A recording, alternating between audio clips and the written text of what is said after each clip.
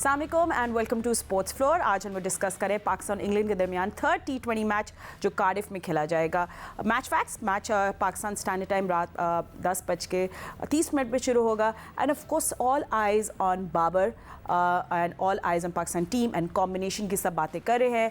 Already England जो है वो they won the second T20 match, तो वो लीड कर रहे हैं। So of course Pakistan would want to put an end to that and win today's match. और how will they win it, हमारे एनालिस्ट हमें बताएंगे because we don't know that yet. Anyway, combinations और क्या कुछ हो रहा है, बिकॉज आपको पता है कि शादाब जो थे वो अपने बेस्ट नहीं थे the last T20 match. So they are talks कि शायद इब्रार आज उनकी जगह आएंगे। क्या साइम अयूब को भी चांस दिया जाएगा एक और? Will find out. हमारे एनालिस्ट से आपको इंट्रोड्यूस करती हूँ। मेरे साथ है former test cricketer Sikandar Bakht, senior sports journalist Syed Yahya Hussaini मेरे साथ मौजूद है। टेस्ट क्रिकेटर अहमद शहजाद ने भी हमें वीडियो कॉल पे ज्वाइन किया है and senior sports journalist Abdul Majid Bhatti. Thank you so much gentleman for joining us. So Ahmed, आपके पास पहले आते हैं, क्या देख रहे हैं फिर आप आज? मुझे लगता है हम लोग फिर घूम फिर के वही बातें शुरू कर रहे थे अबाउट कॉम्बिनेशंस और इसको खिलाना है नहीं, तो आप साइम को देख रहे हैं आज खेलते हुए? Do you see Shadab in the playing 11 today? Thank you Fatima. देखिए, अगर आप हमसे बात करेंगे, पूछेंगे, तो साइम अयूब वो शॉर्ट ऑफ कॉन्फिडेंस है। और अगर आप इस तरह के कॉन्फिडेंस के साथ उनको टीम के साथ खिला रहे हैं, तो आप उनके साथ भी ज्यादती कर रहे हैं और मुल्क के साथ भी ज्यादती कर रहे हैं, क्योंकि इतना अंडर प्रेशर उनके चांसेस परफॉर्मेंस करने के बहुत कम है। तो आपने तो उनको खिलाना है ना जिनके चांसेस ज्यादा हो। तो आपके पास उस्मान खान की ऑप्शन है, जिन्होंने 2 सेंचुरियां भी लगाई हैं PSL में, और आपको पता है कि वो किस तरह टीम में आए। तो बेटर है कि आप अभी से उनके साथ चले जाएं। 2 मैच आपके पास यहाँ हैं, अगर वो इसमें अच्छा खेलते हैं तो आपके पास एक कुशन हो जाएगा वर्ल्ड कप के अंदर। और एट द सेम टाइम देखिए, शादाब की परफॉर्मेंसेस भी आपके सामने है, और अगर आप शादाब को भी इसी परफॉर्मेंसेस के साथ आप ट्रैक कर रहे हैं, कैरी कर रहे हैं, तो आप उनके साथ भी गलत कर रहे हैं और मुल्क के साथ भी गलत कर रहे हैं। तो आई थिंक आपको उस्मान खान के साथ जाना है, आपको इब्रार के साथ जाना है, और समहाउ थोड़ा सा मुश्किल है आपके लिए चीजें सिलेक्ट करना। But I think Naseem Shah जो है आपकी टीम से बाहर नहीं होते। आपके एस बॉलर हैं, इतने सारे उनके कमर्शियल्स आ रहे हैं, इतनी उन्होंने कम टाइम में इतना नाम अपना बना लिया है। तो किस तरह जिस तरह दूध में एक मक्खी से जिसको निकालते हैं, आपने उसको निकाल के भी साइड पे बनाया है, वो ऐसी वजह क्या है? आपने उनको बनाना है। बड़े अरसे बाद नसीम शाह जैसे बॉलर किसी मुल्क को मिलते हैं, और अगर आप उनको नहीं खिला रहे हैं तो आप उनके साथ सिर्फ ज्यादती नहीं कर रहे हैं, आप शायकीने क्रिकेट के साथ भी ज्यादती कर रहे हैं। तो जो इतना सेंसेशनल बॉलर है वर्ल्ड वाइड, जिसकी इतनी फैन फॉलोइंग कम अरसे में हो गई है, वो उसको देखना चाहते हैं, आप उनके साथ भी ज्यादती कर रहे हैं। You're absolutely right. We should see Naseem Shah in action. भट्टी साहब, आपके पास कोई न्यूज़ है कैंप से, वहाँ से इंग्लैंड से क्या खबरें आ रही है? कोई इंजरीज है या नहीं? क्योंकि कुछ उड़ती उड़ती खबरें आई थी कि there were couple of injuries, but I am not too sure. हम आपसे सुन लेते हैं फिर। फातिमा, मेरे पास कोई टीम के कैंप से तो इत्तला नहीं है, लेकिन जो अभी कार्डिफ में मैंने चेक किया, इस वक्त तो बारिश हो रही है, लेकिन अगले 2 घंटे के बाद फिर वेदर क्लियर होना शुरू हो जाएगा। मौसम ठंडा है, लेकिन मेरे ख्याल में चेंज होना चाहिए। साइम को भी आराम देना चाहिए, शादाब खान को भी थोड़ा आराम देना चाहिए, बल्कि शाहीन शाह अफरीदी देखिए ट्राइड एंड टेस्टेड हैं। नसीम शाह को आप ट्राई कर लें, क्योंकि अब 2 मैचों के बाद तो आपने वर्ल्ड कप की कैंपेन में आगे जाना है। लेकिन जब हम बाबर आजम का माइंडसेट देखते हैं, पिछले सालों में हम बहुत सारे बाबर आजम को यहाँ मशवरे देते रहे, बहुत सारी एडवाइजेस करते रहे कि इनको खिला दें, इनको ना खिलाएं, लेकिन बाबर आजम हम ख्याल जो एक प्लेयर्स का ग्रुप है या लाइक माइंडेड जो उनके लोग हैं, उनके साथ आगे जाना ज्यादा पसंद करते हैं। तो अब देखना है कि इस बाबर आजम के माइंडसेट में गैरी कर्स्टन कितना डिफरेंस डालते हैं, क्योंकि गैरी कर्स्टन की जो क्रेडिट वो भी स्ट्रेट पे कि इतना बड़ा दुनिया का प्लेयर, इतना बड़ा कोच जिसने साउथ अफ्रीका और इंडिया को भी कोच किया हुआ है, और पाकिस्तान क्रिकेट बोर्ड इसी उम्मीद के साथ गैरी कर्स्टन को लेकर आया कि वो पाकिस्तान टीम को अब ऊपर लेकर जाएंगे। तो अगर अभी तक तो हमने जितनी 2 मैचों में सिलेक्शन देखी, 1 मैच तो पहला वॉशआउट हो गया, उसमें गैरी कर्स्टन की हमें कहीं इनपुट नजर नहीं आई।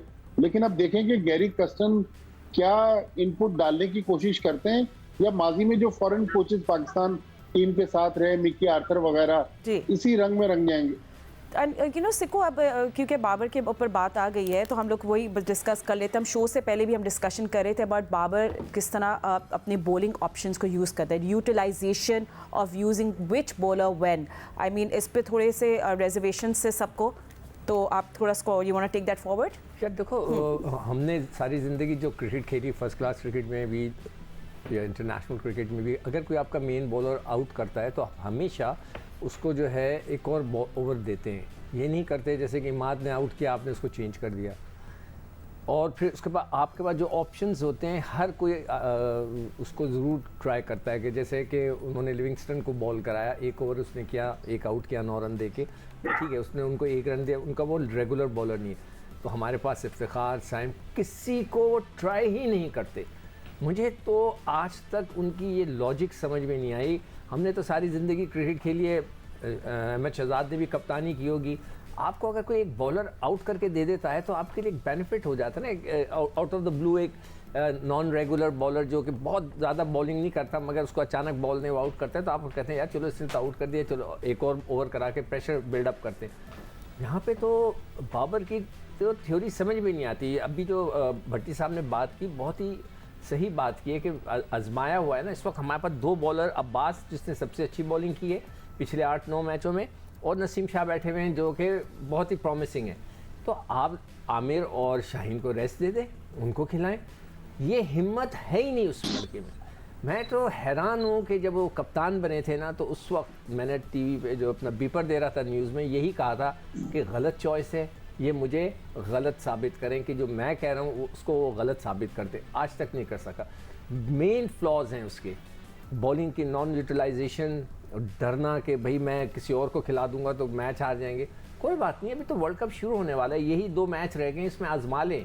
अभी जैसे उसने ओपनिंग की बात की है, मेरे ख्याल से उस्मान को खिला देना चाहिए। उसको जब इतना कुछ किया है तो उसको खिला दे। लेट्स सी, डरने की क्या बात है यार उसमें। ठीक है, सो ये हमारे एनालिस्ट से बात कर रहे हैं या अबाउट सीइंग उस्मान खान दे। अच्छा, बाय द वे, जैसे आज जॉस बटलर जो है वो पैटर्निटी लीव में, तो he won't be there today. ये बड़े अच्छे फॉर्म में है, पर लेट्स सी उनका वर्ल्ड कप कैसा होता है। बट यस या आपके पास what's your take on the changes in the bowling option, और साइम अयूब को बैठाना, शादाब के अच्छा स्टिंट नहीं रहा, and then do you want to see Usman Khan back today?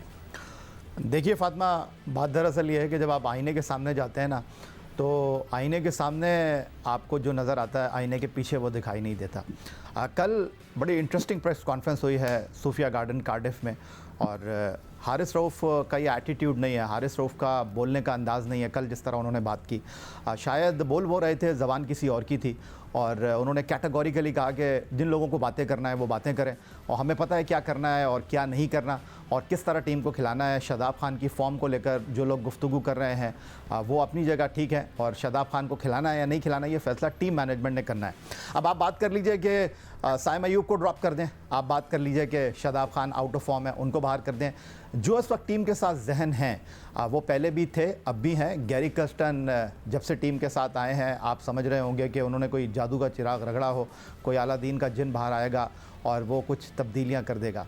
तो ये आपको पता चल जाएगा। गैरी कर्स्टन ने टीम के साथ जितना भी अब तक वक्त गुजारा है, उन्होंने सिर्फ एक ही पैगाम दिया है कि गो एंड किल वाली पॉलिसी, एग्रेसिव किस्म का आपका एटीट्यूड होना चाहिए। दूसरी तरफ जिस तरह मैं बात कर रहा हूँ, टीम को चलाने वाले जो जहन है, जब से शाहीन शाह अफरीदी को कप्तानी से हटाया गया है, वाज़े तौर पर दिखाई दे रहा है कि बोर्ड नहीं चाहता कि शाहीन शाह अफरीदी और मोहम्मद रिजवान मीडिया के सामने आए। कितने दिन हो गए, पाकिस्तान ने 5 T20 मैच खेले, न्यूजीलैंड के साथ, फिर आयरलैंड में 3 T20 मैच खेला, अब आज तीसरा T20 मैच हो रहा है। शाहीन आपको कहीं दिखाई दिए? नहीं।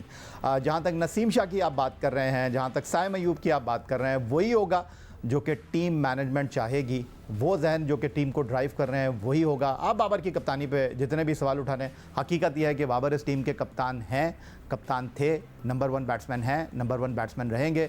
आप जितनी भी बात कर लेंगे बाबर आजम जो है उनको कप्तानी करना नहीं आती, बाबर आजम जो है वो ब्लंडर्स करते हैं, वो उसी तरह टीम को लेकर चलेंगे, क्योंकि उनकी एक नफ्सियात है, वो अपनी नफ्सियात के साथ ही चलेंगे, क्योंकि उनको तब्दील करने के लिए ऐसा कोच ड्रेसिंग रूम में मौजूद नहीं है जो कि चीज़ों को ड्राइव करेगा।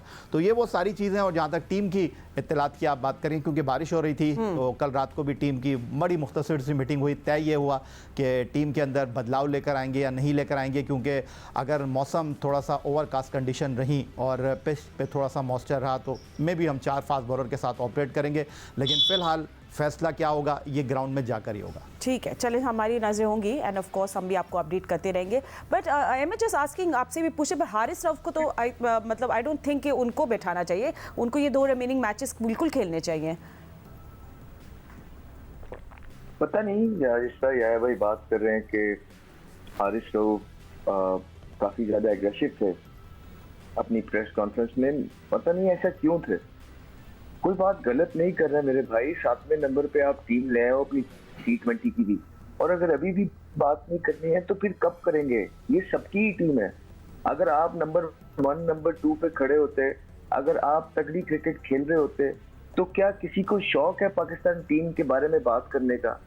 मसला ये है कि आप जिस ग्रुप में बैठ के ड्राइंग रूम में या कमरों में जो बात कर रहे होते हैं, वो ही आप जो है ना उठ के आके प्रेस कॉन्फ्रेंस में उसी नेचर में आके बैठ जाते हैं। हर जगह ऐसे नहीं करते, हर टाइम वो नहीं होता कि आपने एग्रेसिव होना है, नहीं, ये चीजें भी आपके अगेंस्ट चली जाती हैं। क्राउड आवाम को ये चीज पसंद नहीं है।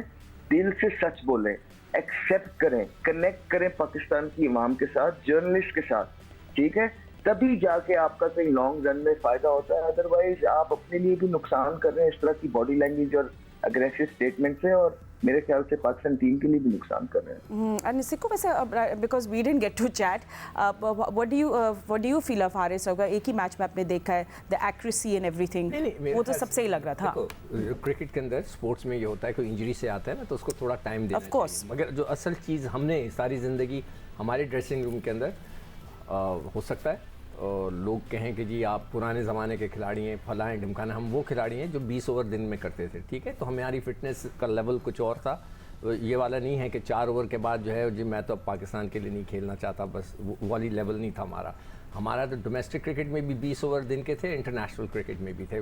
पिटाई होती नहीं होती वो अलग चीज़ है, मैं उसकी बात नहीं कर रहा, फिटनेस की बात कर रहा हूँ। हमारे यहाँ ये होता था, मुझे आज भी याद है, ज़हीर अब्बास जैसा बड़ा प्लेयर, उसके रन्स नहीं हो रहे थे तो हम वहीं बैठे हुए थे मीटिंग में, तो आसिफ इकबाल, मुश्ताक मोहम्मद, ये सब कहने लगे यार जेड ऐसा कर, तू जाके ना अपनी काउंटी से बी टीम से खेल, तुम जाओ और जाके बी टीम से मैच खेलो। मैंने दिल में सोचा, वो तो सब बड़े थे, मैं उनसे उनसे बात कर सकता था। बाद में मैंने पूछा ये क्यों इनको बी टीम में भेज रहे हैं? कहने का मकसद कहने का ये था कि वो बी टीम में चला जाए ताकि तो हल्के बॉलर्स होंगे, उसके बल्ले पे गेंद आने लगेगा, रिदम वापस आ जाएगा, फॉर्म वापस आ जाएगी। ज़हीर अब्बास था। तो जब वहाँ पे इस तरह की सोचें, हमारे यहाँ ये सोच ही ख़त्म हो गई है। हारिस रऊफ को तो जाके प्रेसिडेंट कप खेलना चाहिए था, जाके अपनी फिटनेस वहाँ मैच में ग्राउंड में दिखानी चाहिए थी।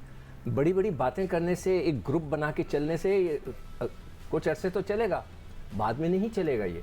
तो हारिस रऊफ को वाकई ज़रूरत होगी मैच प्रैक्टिस, क्रिकेट में नहीं खेला जाके प्रेसिडेंट कप, तो इनको मेरे हिसाब से 2 मैच दे देने चाहिए, और 2 मैच उनको जो है अब्बास और नसीम शाह को भी देने चाहिए, ताकि हम सारे बॉलर्स, हमारे रिदम, हम फास्ट बॉलर्स पर ही डिपेंड कर रहे हैं, तो हमें इनको प्रैक्टिस ज़्यादा देनी है। हम स्पिनर्स को तो लिफ्ट ही नहीं करा रहे ना, इब्रार को, ये पेस है भी, हाँ, तो कम से कम इनको प्रैक्टिस तो दें। शाहीन तो रिदम में है, आमिर भी अपनी जगह पे है, तो इनको खिलाएं, इन तीनों को खिलाएं, हारिस को, अब्बास को और नसीम को। देखो कौन अच्छा है, पता लग जाएगा आपको। ठीक है, चले ऑन दैट नोट हम लोग एक क्विक ब्रेक ले लेते हैं। ब्रेक के बाद विल कंटिन्यू कॉन्वर्जेशन पाकिस्तान और इंग्लैंड के दरमियान 3rd T20 मैच 10:30 बजे पाकिस्तान स्टैंडर्ड टाइम आज रात को शुरू होगा मैच। हमारे of course pre match analysis जारी है। Will see you in just a bit, stay with us. Welcome back after the break. हम डिस्कस करें Pakistan versus England 3rd T20 match आज जो खेला जाएगा। भट्टी साहब हमें थोड़ा कार्डिफ की भी अपडेट दे रहे थे वेदर की, सो होपफुली द मौसम क्लियर हो जाएगा and will see no rain and will see some action today.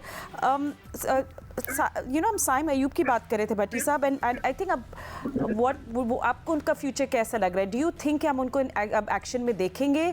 क्या उनका ये लास्ट चांस था कल? बिकॉज उनको अभी अपने आप को प्रूव करना है और समहाउ वो नहीं कर पाए। देखिए फातिमा, साइम अयूब इस लिहाज से खुशकिस्मत है कि पाकिस्तान में बहुत कम ओपनर्स या बहुत कम प्लेयर्स ऐसे हैं जिनको इतना लंबा रन मिलता है फेलियर के बाद।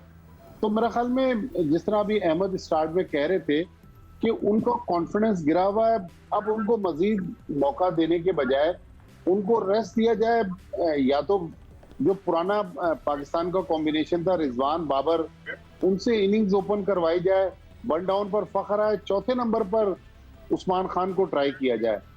अगर आगे चल के वर्ल्ड कप में कहीं मौका मिलता है तो फिर साइम को ट्राई किया जाए। देखें पाकिस्तान की इस आप 11 को अगर उठा लें जो पिछले मैच में जिसने पार्टिसिपेट किया था, तो एक ही बैट्समैन बाहर बैठा हुआ है, वरना तो बाकी तो 3 बॉलर हैं, एक स्पिनर हैं अपने अबरार, 2 फास्ट बॉलर हैं नसीम शाह, अब्बास आफरीदी। तो पाकिस्तान के पास एक ही बैट्समैन बाहर बैठा था। हाँ, अगर थोड़ी सी हिम्मत पाकिस्तान के साइम अयूब को ड्रॉप करके पाकिस्तान एक एक्स्ट्रा बॉलर के साथ जाए, एक बैट्समैन को कम करे, तो थोड़ा एग्रेसिव बात तो है, लेकिन मेरे ख्याल में एक अच्छा ऑप्शन हो सकता है। और ऐसी विकेट पे जहां पर बारिश भी हुई है, मौसम ठंडा है और थोड़ा सा मॉइस्चर भी विकेट में होगा, तो मेरे ख्याल में नसीम शाह या अबरार के साथ जाएं और साइम को बाहर बिठा के बाबर और रिजवान से इनिंग्स ओपन करवाएं। आप चाहते हैं शादाब भी खेले? मेरा नेक्स्ट सवाल यही था शादाब पे। मैं सिक्कू भाई, मेरे ख्याल तो नहीं है कि उसको खेलना चाहिए, लेकिन मैं ये कह रहा था कि बाबर का अगर हम पुराना माइंडसेट देखें कि आप जो भी उसको वो वही करेगा जो उसका दिल चाह रहा है। और जिस तरह अभी याया कह रहे थे कि डोमेन में ही था ना, हारिस रऊफ डिफेंड कर रहा है, भाई हारिस रऊफ अपनी बॉलिंग के ऊपर बात करे, पाकिस्तान टीम पर पाकिस्तान की कोचेस बात करे, कप्तान बात करे, मैनेजर बात करे, यहाँ पर बात हारिस रऊफ कर रहा है। इसका मतलब है कि वो जो लाइक माइंडेड लोगों का ग्रुप है वो एक दूसरे को डिफेंड कर रहे हैं। somehow Ahmed, even I have a feeling, a gut feeling होती है कि we will see Shadab. I don't think कि शादाब को आज बिठाया जाएगा बाहर। What do you say?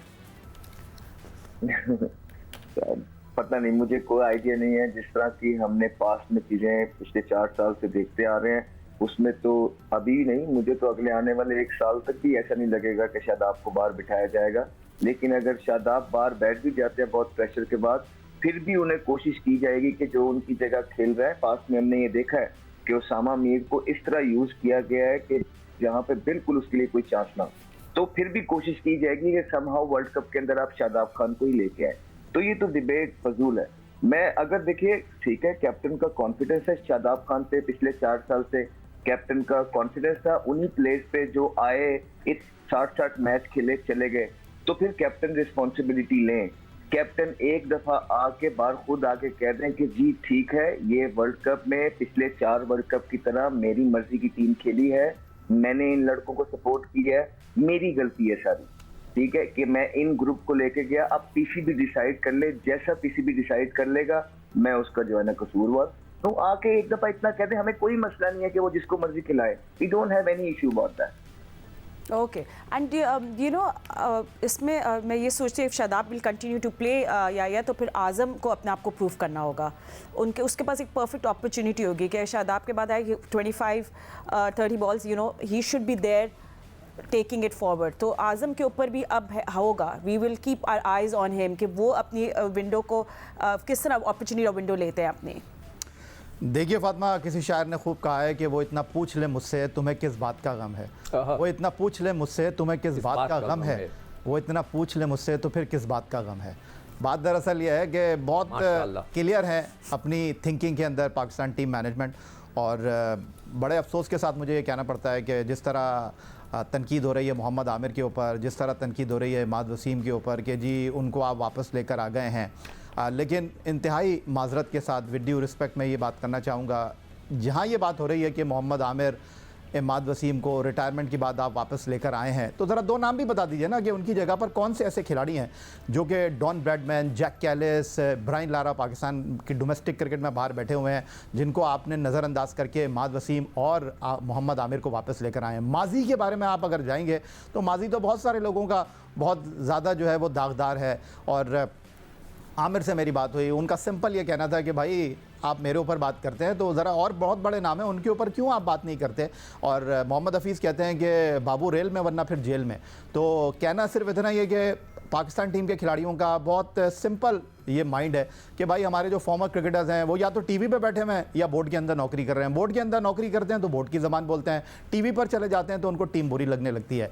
Ramiz Hasan Raja Pakistan cricket board के चेयरमैन बने तो उन्होंने आते ही कहा कि मुझे वो खिलाड़ी टीम में चाहिए कि जो कद्दाफी स्टेडियम के बाहर ना लोग 400 उनके लिए ऑटोग्राफ लेने के लिए खड़े। उनकी पहली प्रेस कॉन्फ्रेंस आप उठाकर देखिए, वो कह रहे थे बाबर आजम जो है वो मुझे नहीं चाहिए, लेकिन जब बाबर आजम सेमीफाइनल तक टीम को ले गए तो वो बाबर आजम के पीछे छुपने लग गए और बाबर आजम की तारीफ में ज़मीन आसमान की उन्होंने जो है वो कलाबें मिला दी है। बात बहुत सिंपल सी है, आज आजम खान को आप लेकर आए, पीएसएल के ऊपर आप उनकी तारीफ़ें कर रहे थे कि जी बाबर आजम खान को लेकर आ जाइए, आज आप उनकी फिटनेस के ऊपर बात कर रहे हैं। साइम अयूब की आप तारीफ़ें कर रहे थे कि जी ये डोमेस्टिक क्रिकेट का हमारा परफॉर्मर है, इसको आप टीम में लेकर आइए। आप जब वो टीम में आ गया तो आप कह रहे हैं कि भाई इसकी टीम में जगह ही नहीं बनती।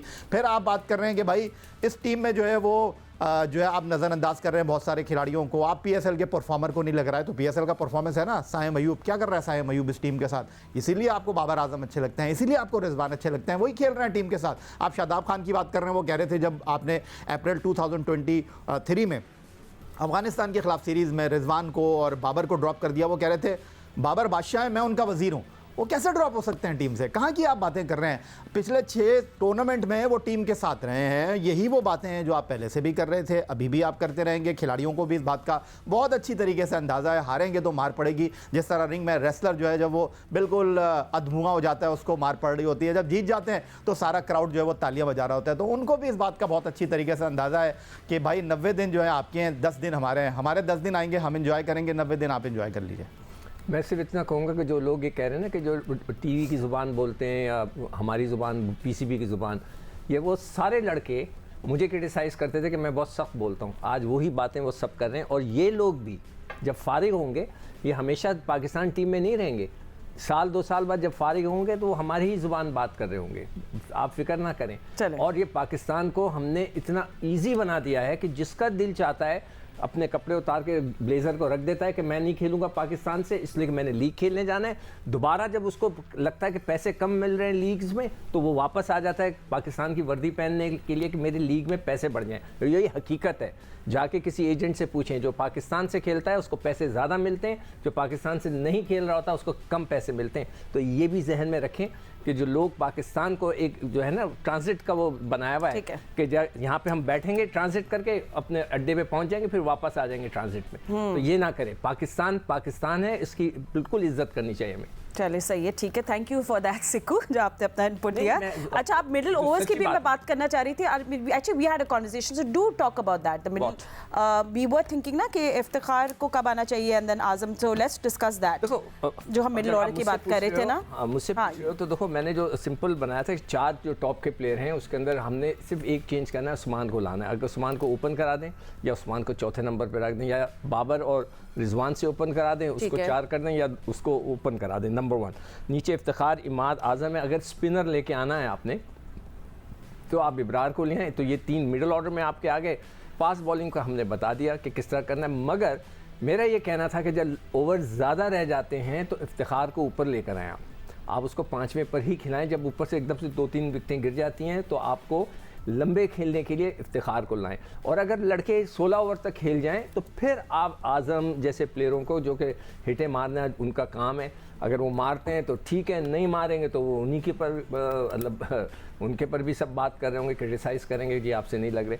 तो ये है मेरी थ्योरी कि भाई मारने का कम ओवर हो तो आज़म ऊपर जाए, ज़्यादा ओवर हो तो इफ्तिखार ऊपर। And you know all these changes हम लोग सिर्फ यहाँ बैठ के बातें कर सकते हैं, you know team management at same time क्या सोचे, but they are good things as well. And Ahmed the good thing is Fakhar, and जब फ़ख्र ऑन सॉन्ग होते हैं या अपने रिदम में होते हैं फिर he is a treat to watch. He is totally destructive and I hope ये कंसिस्टेंट रहे throughout the world cup because he is really on top of his game right now.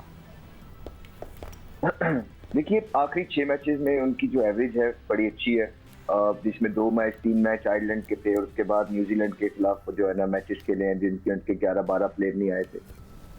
उससे पहले अगर देखें आप उनकी फॉर्म में अच्छा खासा डिप रहा है, तो एक अच्छा कॉन्फिडेंस बूस्टर है वर्ल्ड कप से पहले जो उनकी 4-5 इनिंगें अच्छी लगी हैं, इसको उनको कैरी ऑन करना है और पाकिस्तान को वर्ल्ड कप जितवाना है। यहाँ रुक नहीं जाना, इससे काम खत्म नहीं होता। जब एक लड़का 6 साल से टीम में खेल रहा है ना, तो वो इसलिए नहीं खेल रहा कि वो अपना एक इनिंग में 40-45 कर दे और वो आयरलैंड के खिलाफ आके जो है ना 170 की इनिंग खेल दे, नहीं। उसकी जिम्मेदारी बनती है कि उसको इसलिए कैरी किया जा रहा होता है कि फिर वो वर्ल्ड कप के जो टॉप मैचेस हैं टॉप टीम के अगेंस्ट उसको सिंगल हैंडली जितवाए। यही इम्पैक्ट प्लेयर होता है ना, इसलिए आप लेके जाते हैं कि जब वो करेगा वो आपको अकेला मैच जितवा देगा। तो अगर फखर कर भी रहे हो और आप मैच नहीं जीते तो कोई फायदा नहीं है ऐसे स्कोर करने का। समहाउ आपको ऐसा कॉम्बिनेशन बनाना है, ऐसा टीम खेलना है जिसमें आपको ऊपर आपके ओपनर कप्तान और रिजवान इनको मैच विनिंग इनिंग खेलनी है। आपने इनसे अब ये एक्सपेक्ट नहीं कर सकते कि आपको ये 4 साल से प्लेटफॉर्म सेट करके दे रहे हैं और नीचे वाले आने वाले बैट्समैन को ये कहे जाओ नहीं तो सारा मलबा उन पे, ऐसा नहीं है। अब आप 70-80 की इनिंग खेल के मैच को साइड पे करिए। आपसे ये उम्मीदें हैं हमें रिजवान से, बाबर से और ये फखर से हमें उम्मीदें हैं कि ये मैच विनिंग इनिंग खेल के देंगे, कैमियोज ही खेल के कोई फायदा नहीं होगा। तो बिल्कुल एक अच्छी फॉर्म है, इसको कैरी ऑन करना चाहिए और पाकिस्तान को ये वर्ल्ड कप जितवाना चाहिए, क्योंकि 6 साल से 7 साल से पाकिस्तान आपको कैरी कर रहा है इसलिए कि आप उनको कुछ ना कुछ जितवाएंगे जो कि अभी तक नहीं हो सका। आई थिंक सब ऑफ कोर्स 1 जून से वर्ल्ड कप शुरू हो जाएगा, Caribbean and the USA. Of course हमारी ट्रांसमिशन भी होगी इस पे, so we very excited for that. But उससे पहले ये T20 सीरीज रैप अप हो जाए, 2 मैचेस रह गए। कार्डिफ का वेदर आज अलाउ करेगा या नहीं, मैं देख रही हूँ 6-7 बजे वहाँ दोबारा बारिश की प्रिडिक्शन है, but not for too long. So hopefully कहीं कहीं बीच मैच रुकेगा और होपफुली हमें पूरा मैच देखने को मिलेगा। सो जस्ट ओपन डिस्कशन ना, हम लोग अपने लास्ट 2-3 मिनट्स पे आ गए हैं, तो आप लोग चले हमें यही बता दें कि if you win the toss what is a good score, just general conversation कर लेते हैं। पे भट्टी साहब। फातिमा, मैं तो बार बार ये कह रहा हूँ कि हमारी टीम ये जो 160-165 वाली क्रिकेट खेल रही है ना, अगर बहुत ही फंसी हुई पिच है, मुश्किल पिच है, फिर तो चलें ठीक है, लेकिन अब 160-165 वाली नहीं, अब हमें 180-190 बल्कि 200 रन अगर हम बनाएंगे तो फिर T20 में अपने बॉलरों को एक अच्छा टोटल डिफेंड करने के लिए देंगे, अदरवाइज फिर हमें बुरी खबरों के लिए तैयार रहना होगा। And I think Sikhu, बुरी खबर is only the rain. I don't want rain to disrupt anything. But looking at the conditions right now, देखो बारिश हो गई तो मज़ा ख़राब हो जाएगा, किरकिरा हो जाएगा। पहले मैच में भी बड़ी बोरियत हुई थी। मैच होने चाहिए ताकि पाकिस्तान टीम को प्रैक्टिस मिल जाए, कुछ हमें उनका जहनी कैफियत का पता चल जाए कि क्या कैफियत है। वैसे तो हमें पता है उनकी जहनी कैफियत, मगर और ज़्यादा वाज़ेह हो जाए।